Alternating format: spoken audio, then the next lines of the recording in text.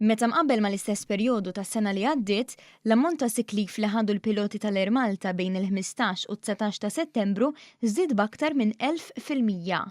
Da fil-waqt li s-siklif li ħadu l-First Officers fl-istess żmien żdied b'aktar minn 200%.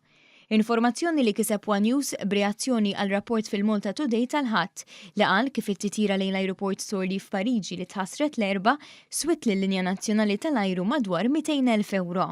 Titira li kellha titħassar wara li kemm il-piloti li kellhom jaħdmu t-titira u anki dawk li kienu fuq standby għalija irrapportaw li huma morda u ma setgħux itiru.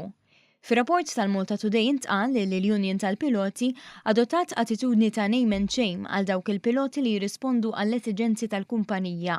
Dan kif wara li ġie ffirmat il-ftehim kollettiv ġdid fix-xhur li għaddew, il-bdoti qed jitolbu għal kundizzjonijiet u termini ġodda għal dan il-ftehim. Intant, fl-aħħar jiem wieħed mill-bdoti tal-Air Malta kien fl-aħbarijiet wara li l-linja tal-ajru Maltija issospendietu u bdiet investigazzjoni fil-konfront tiegħu. Dan minħabba li fuq il-medja soċjali kiteb li ħagost bi ħsarat tekniċi li ġarrab wieħed mill-ajruplani tal-Air Malta.